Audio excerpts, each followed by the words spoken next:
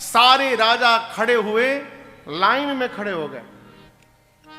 परशुराम जी के आगे सारे राजा लाइन लगा लिए और पास में जाकर पितु समेत कही कही निज नामा, जाकर कहते हैं हम फलाने राजा के लड़का हैं, और इतना कह के लगे करन सब दंड प्रणामा, साष्टांग दंडवत करने लगे राजा लोग। आपन आपन परिचय देके बाबूजी का नाम लेके, यानी हम उन्हीं के लड़का हैं, हम कृपा बनाइएगा हमारे ऊपर, ऐसे बोल बोल के दंडवत करने लगे। दंडवत करके सारे राजा चुपचाप जाके खड़े हो गए, एकदम चुपचाप, कुछ नहीं बोलना। सारे राजा चुपचाप खड़े हो गए। यहां को स्वामी जी कहते हैं जेहि सुभाए चितवई हित जानी, जिसको परशुराम जी देख ले रहे हैं उसको लग रहा है कि मानो आज ही काम तमाम हो गया लबा हमारा। अब परशुराम जी प्रेम से देख रहे हैं, कई लोग प्रेमों से देखते हैं तो भगवान मालिक है। अच्छा,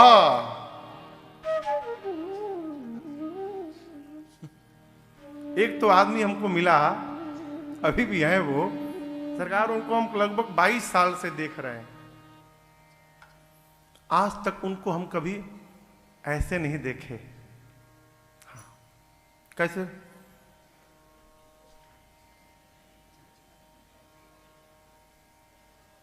चौबीस घंटा इसी मूड पर, कोई उनको, उनकी पत्नी भी आज तक हंसते हुए नहीं देखी उनको।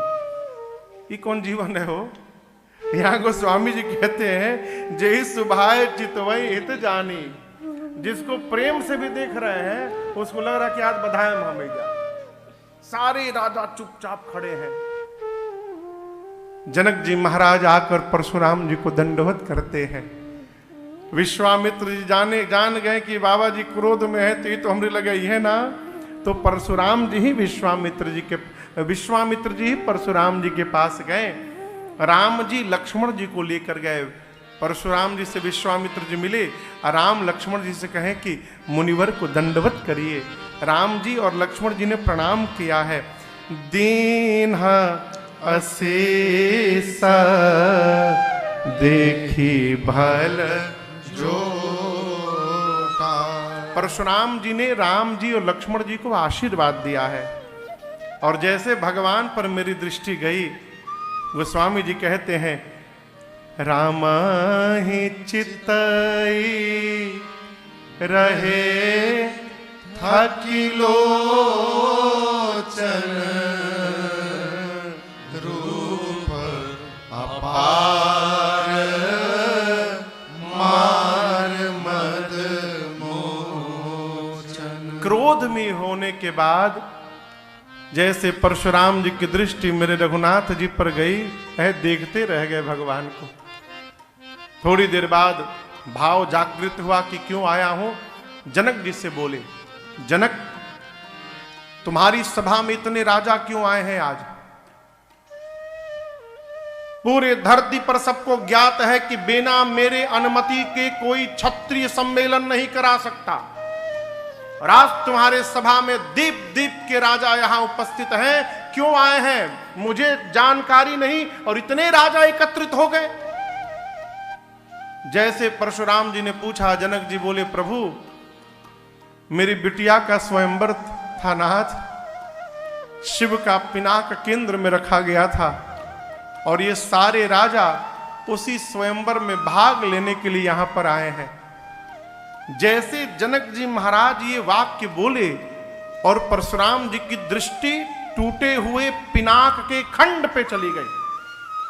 पिनाक का खंड दिखाई पड़ा, ऐसा लगा मानो किसी ने अग्नि में घी झोंक दिया हो। एक क्रोध भड़क पड़ा, बोले है जड़ जनक, निकाल करके बाहर करो जिसने धनुष को तोड़ा है, वरना जहां तक तुम्हारी राज सत्ता है वहां तक की धरती को भी पलट दूंगा।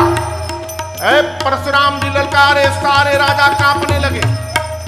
परशुराम जी बोले धरती पलट दूंगा, तुम्हारा पूरा साम्राज्य समाप्त हो जाएगा, निकाल करके बाहर करो।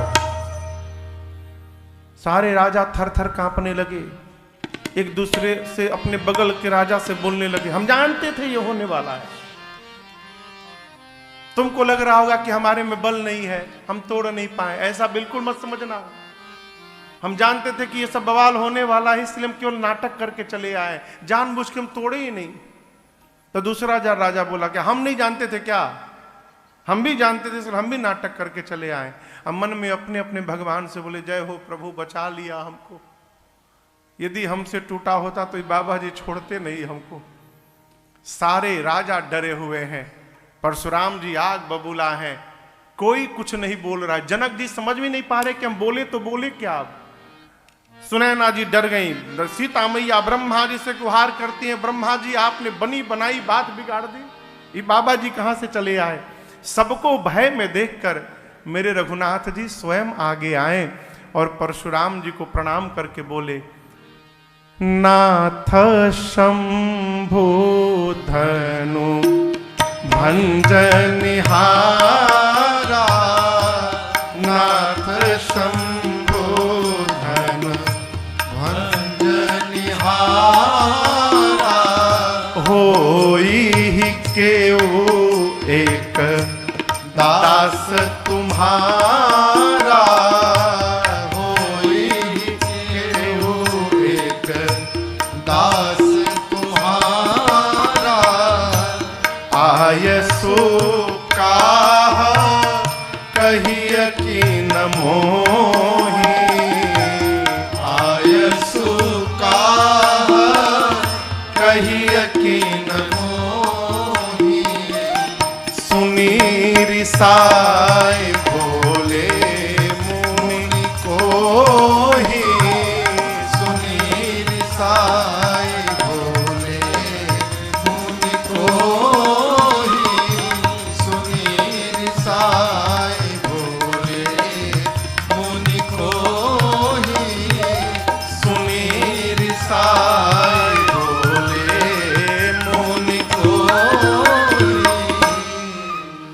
रघुनाथ जी स्वयं आगे आए और यहां राम जी की भाषा पर दर्शन करिए। राम जी ये नहीं बोले कि हमने तोड़ा है, क्या बोले? नाथ शंभु धनु भंजने हारा, इस शिव के पिनाक को तोड़ने वाला, होई क्यों एक दास तुम्हारा। प्रभु इस पिनाक को तोड़ने वाला अवश्य आपका कोई दास होगा। जीवन में अभिमान जानते कब आता है? बड़ी बारीक बात है, जब ये लगने लगता है कि हम कर रहे हैं, अभिमान हो जाता है।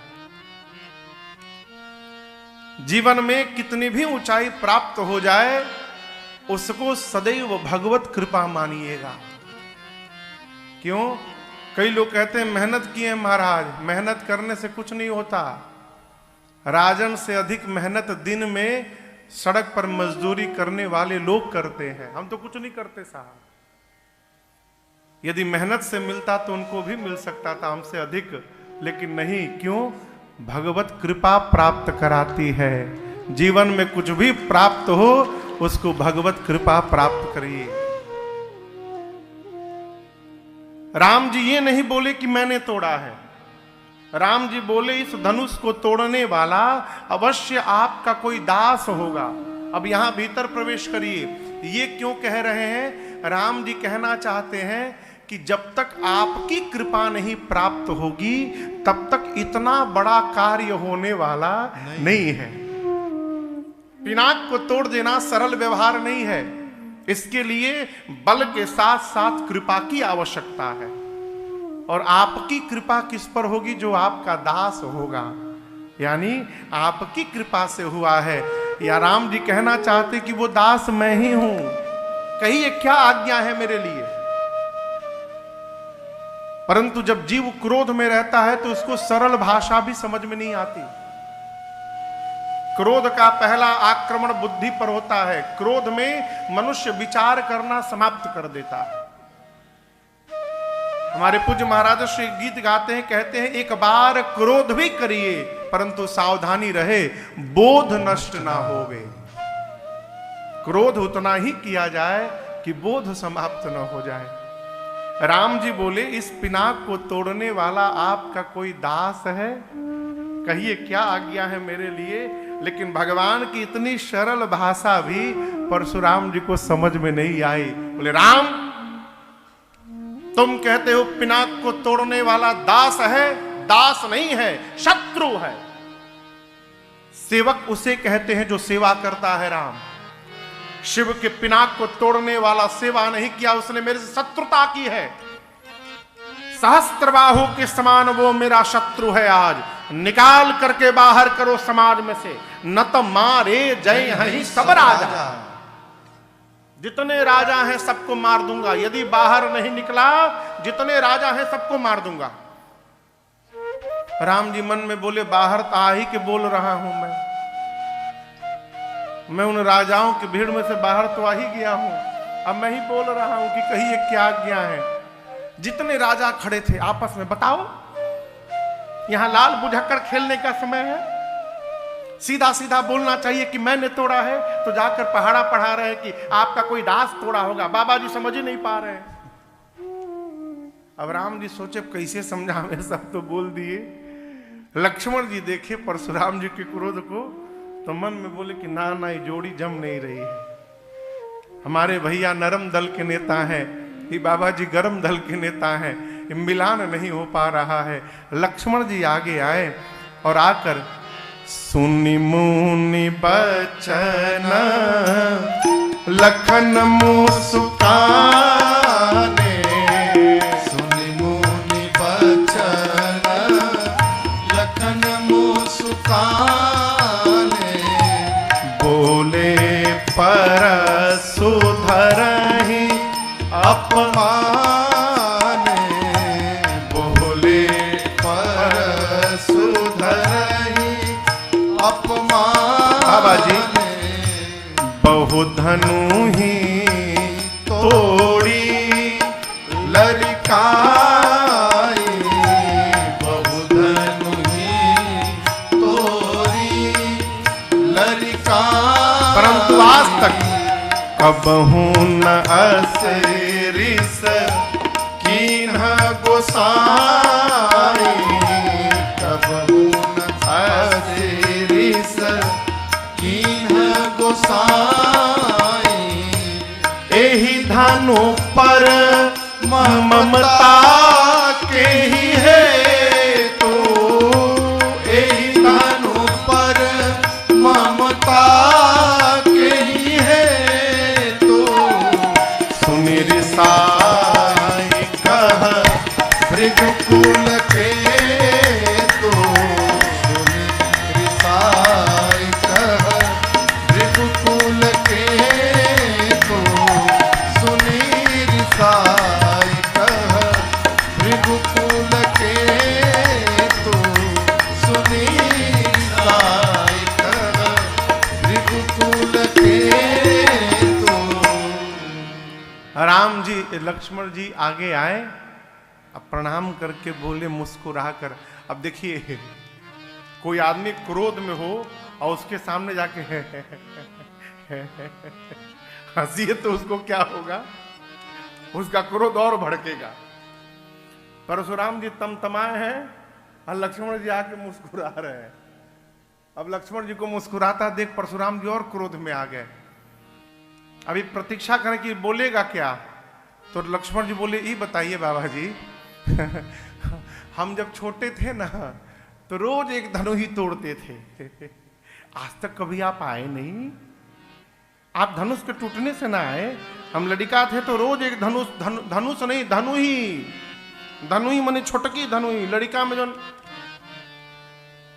हम लोग जब तारकेश्वर जाते थे कलकत्ता से, लगभग 70-80 किलोमीटर दूर एक शंकर भगवान का बड़ा अद्भुत मंदिर है, शिवालय तारकेश्वर।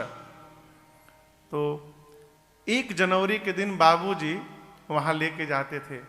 हर वर्ष सवेरे जाते थे हम लोग, दर्शन करते थे, अभिषेक करते थे, पूजन करते थे और शाम तक घर आते थे। वहीं से चले आते थे काशी विश्वनाथ, वहीं भोजन उजन करते थे मारवाड़ी भाषा में, और झूला वूला झूल के शाम को आते थे।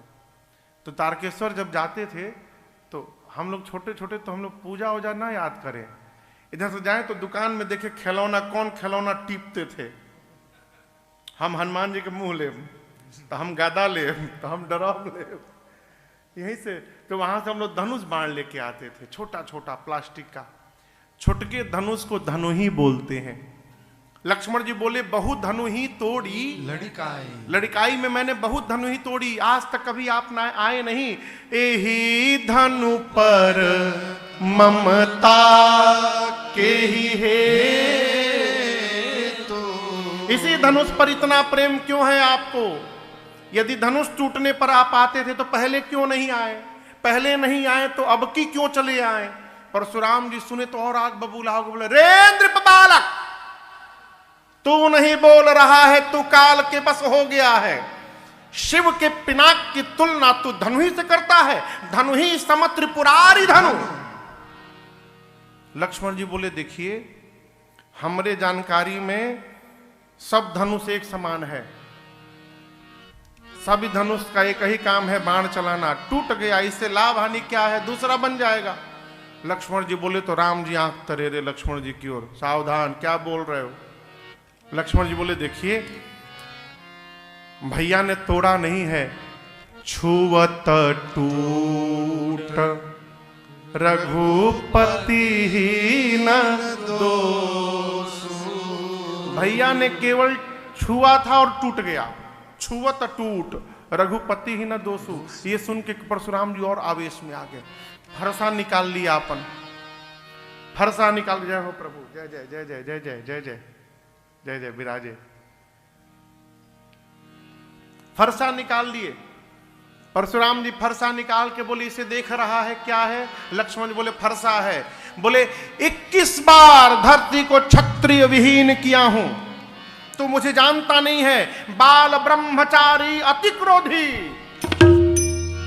मैं बाल ब्रह्मचारी हूं, अति क्रोधी हूं, विश्वविदित क्षत्रिय कुलद्रोही।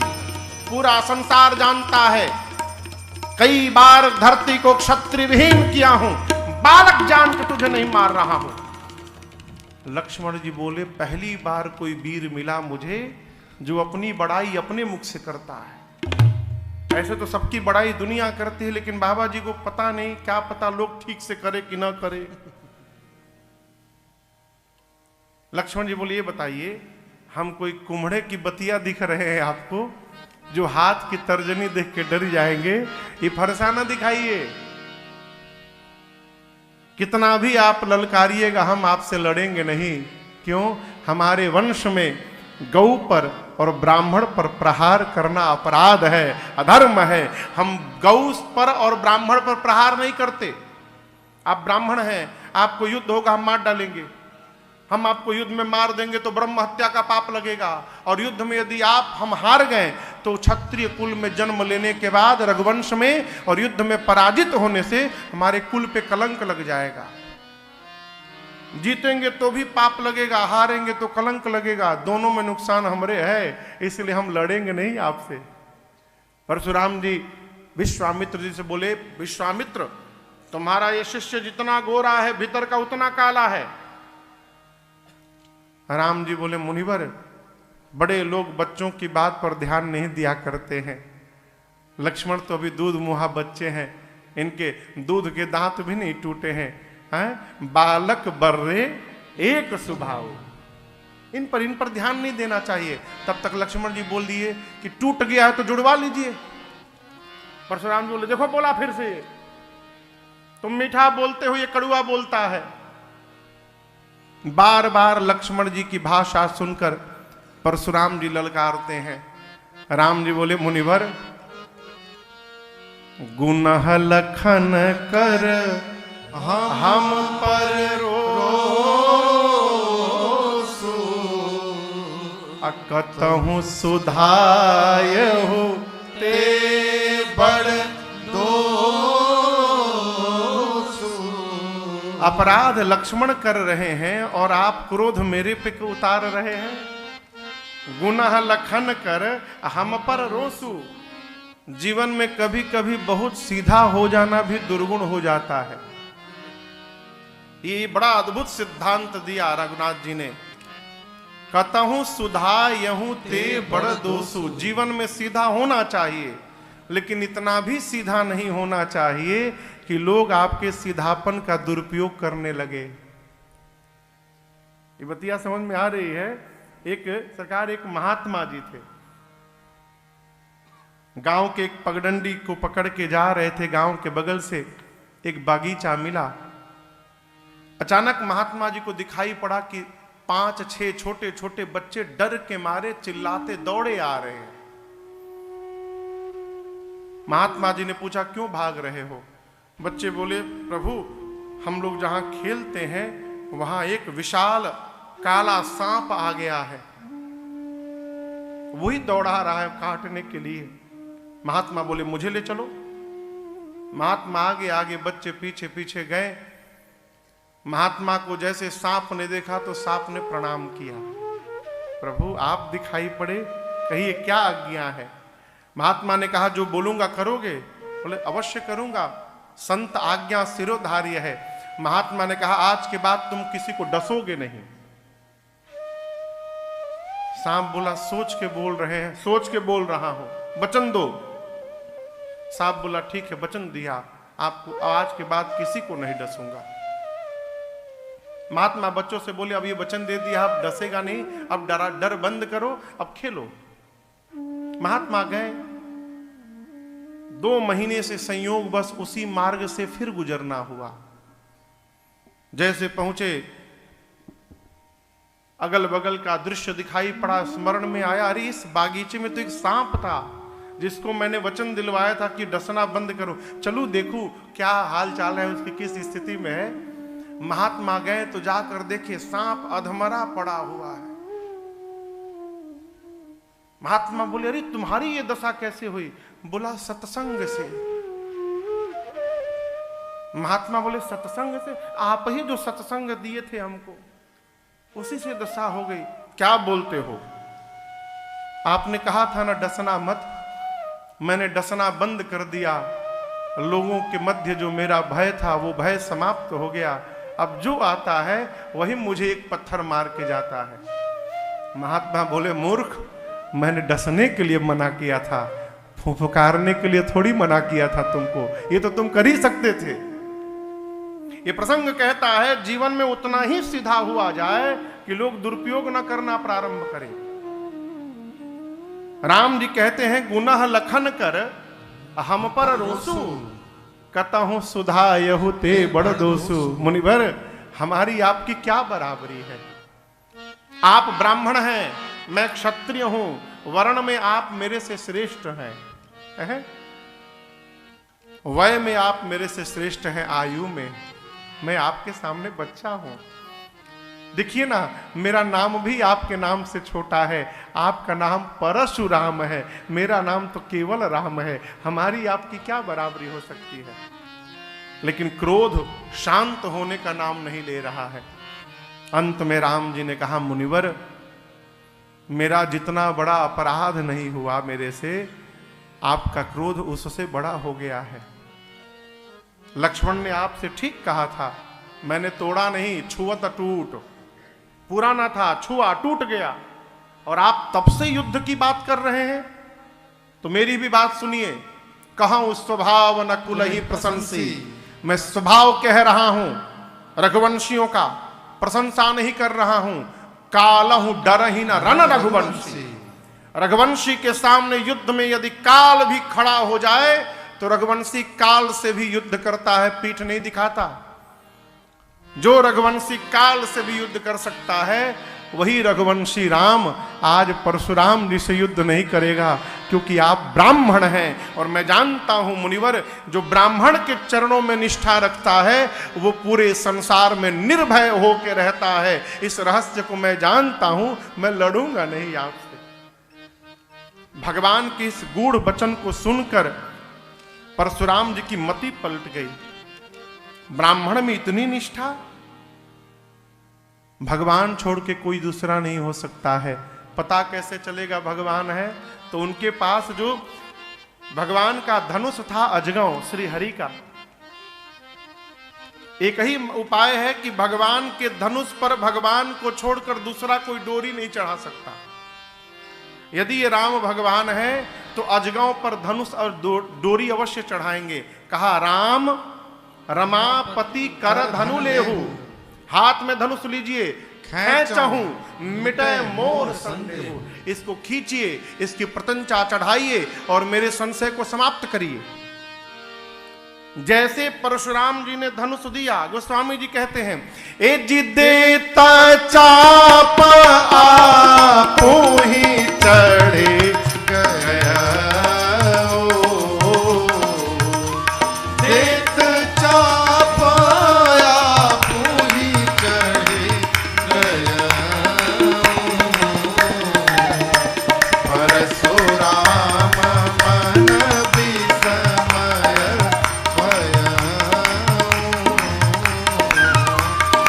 परशुराम मन विस्मय भया,